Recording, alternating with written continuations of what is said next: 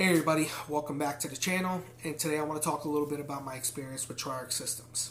So, going back to the beginning, back in May of 2021, I had purchased my first suppressor, and of course I could have taken any one of my ARs and outfitted it for suppressed use, but I love to tinker, I love to build, and I saw this as an opportunity to build something that can be rated for hard duty use and optimized for suppressed use.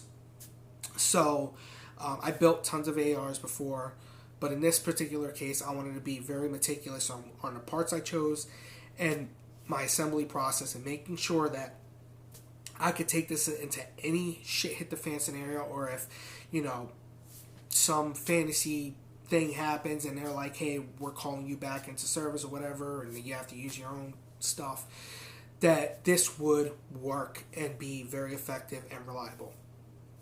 So, all that being said, I started to think about my surroundings and what type of platform would best be suited for a kind of do-all, but more so honed into the patrol / recce role.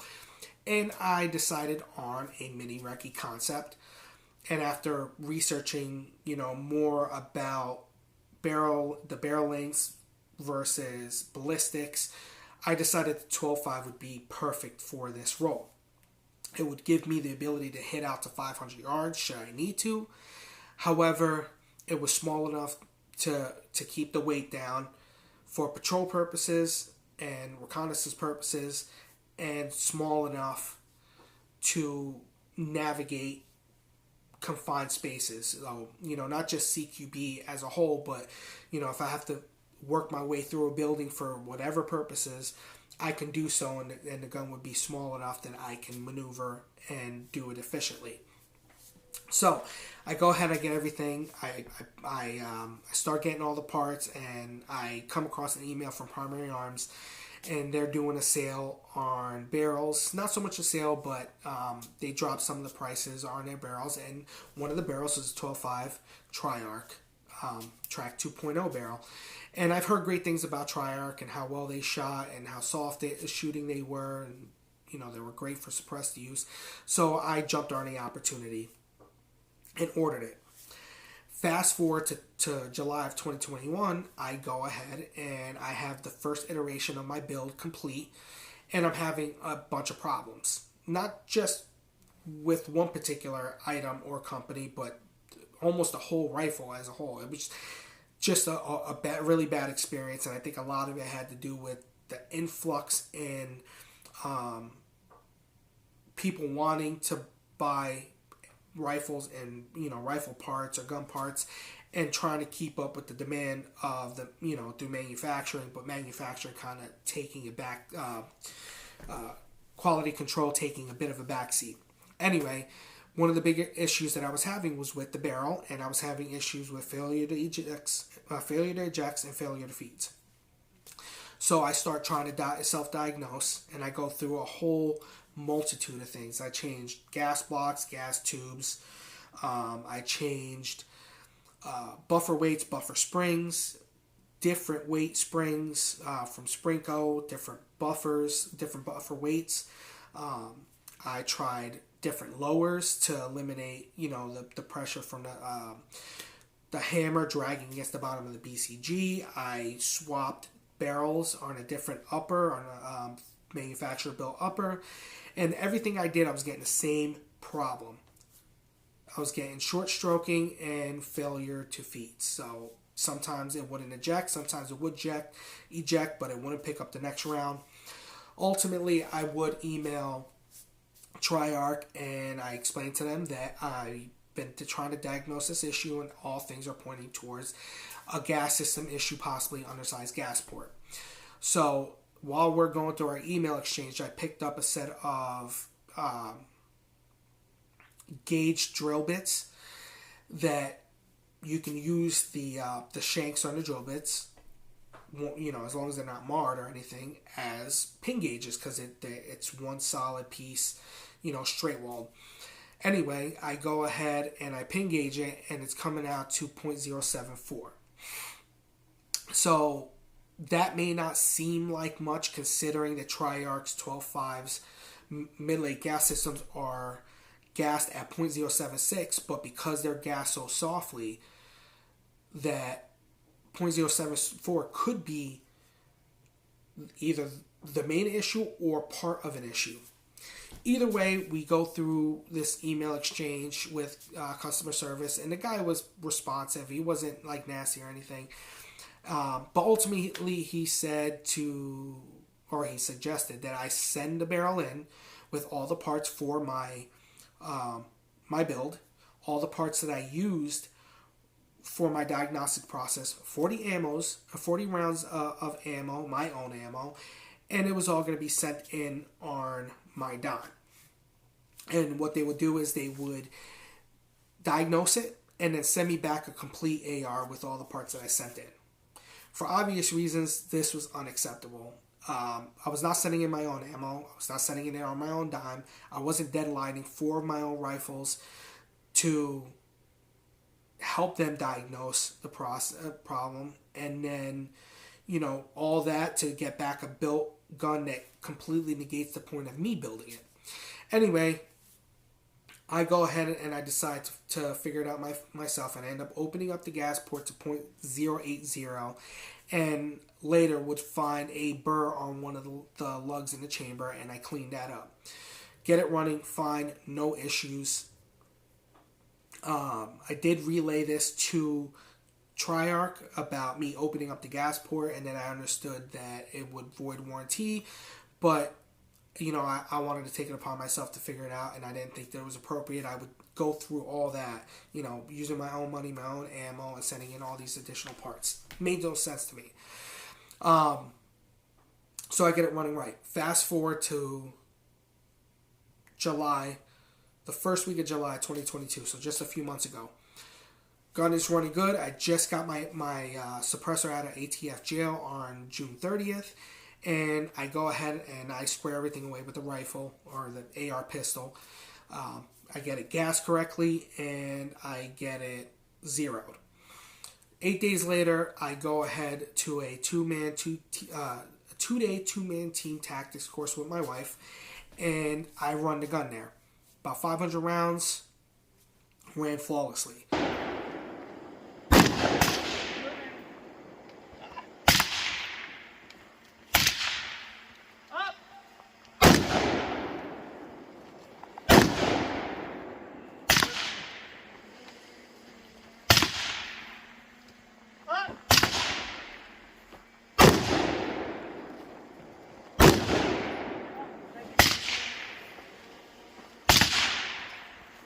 Come back, and I did notice this during the class that the accuracy was opening up. Like I was having some degradation in accuracy.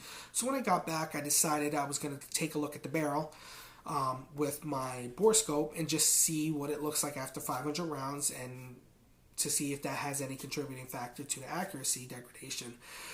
And this is what I found.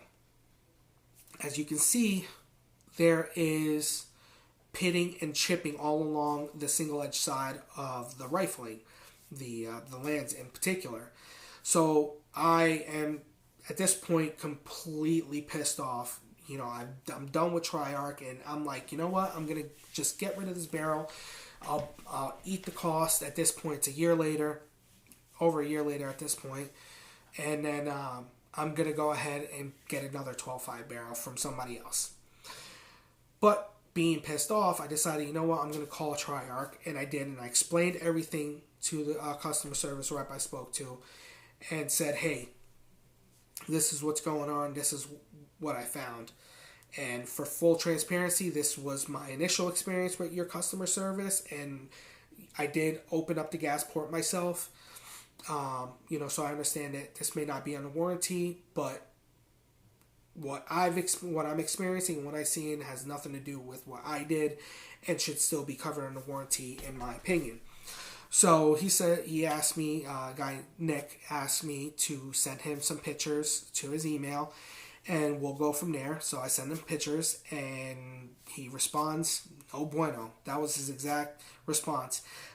Something's not right here. That should not look like that. And he's kind of confused as to why it looks like that, or how that could even happen in, about 1,000 rounds of complete rounds down range with this thing. So he tells me to send it in. Before he even tells me to send it in, he explains that that customer service experience that I had should have never gone down like that. That is not how they operate, and would have never told us to do that. And it actually sounds like an individual, based on that time frame and my recollection to him of what happened, it sounded like a particular individual that they had working for them that I'm assuming they had some issues with and was shortly let go, which would explain why when I emailed them that I opened up the gas port and understood that I was voiding warranty by omitting this, I never got a response back. So he may have been let go right around that time or quit, whatever. He sends me there gives me the RMA and all that stuff to send it out. He contacts me a few days later when the barrel arrives to confirm that he got the barrel and that he was going to have his lead gunsmith take a look at it and confirm. But basically, I should be expecting a new barrel. A few days later after that, he emails me back and says, yes, we confirmed, our lead gunsmith has confirmed that that barrel is shot. And not only that, but you're a recipient of a barrel from a bad batch that it went out sometime last year that had got an improper salt bath nitriding application. Done. Sorry. And that's what it looks like, that it just didn't hold up and now it's just chipping away. So I had to wait about another week or so for them to get a batch of 12.5s in, but they sent me out a new 12.5 barrel and said that, look, we no longer use salt bath nitriding. We've since then moved to gas nitriding, and we've had zero issues since then with our nitriding application and process. So, thanks for being patient with us, blah, blah, blah. But they were very awesome, super professional, very fast with their responses, and he got me the barrel out as soon as possible, and that's all you can ask for from customer service. So I get the barrel in the very beginning of September, and just to show you what a new barrel looks like, this is what it looks like. And as you can see, everything looks really good.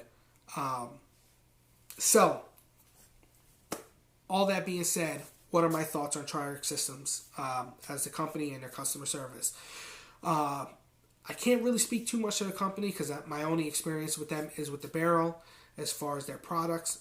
But as far as their customer service, I think that they've redeemed themselves. And, it sucks to get a bad employee or, what have you. But they did right by me, and I'm super appreciative.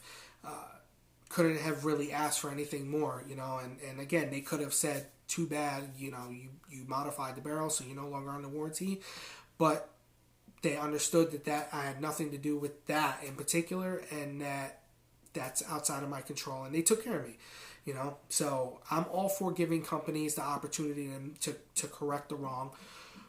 All these products are made by humans. We are imperfect as humans, and sometimes we put out bad stuff, or sometimes there's an issue with machining, what have you. But giving a company the opportunity to make things right is very important. And I'm glad that I did call, even though it was out of frustration, I'm glad I did call. So as you see here, this is my 12.5. So if you've seen my previous videos, it is going to look a little bit different. Aside from replacing the barrel, I had to replace this handguard, which I did put out a video last week about that, and I did replace the buffer system. So this is a Triarc buffer tube with the Veltor A5 buffer and green spring from Sprinko. So barrel is all set, and we are going to hit the range, and that is going to be part 2. Part 2 is going to show you if that MOA accuracy claim is, or sub MOA accuracy claim is legit. Now, keep in mind, I am only one person. This is a sample size of one, and the results that I get on that particular day can vary from day to day. So take it with a grain of salt. This is just a way to give you